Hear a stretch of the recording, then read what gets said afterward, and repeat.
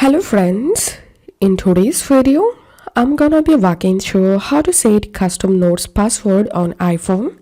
First of all, open your settings app, scroll down and search for notes. Once you get it, tap on notes, tap on password and select accounts. You can select your iCloud account or you can select your iPhone. So I'm gonna select it on my iPhone. And all you have to need, just give here your custom passcode. Verify the passcode here and give a hint.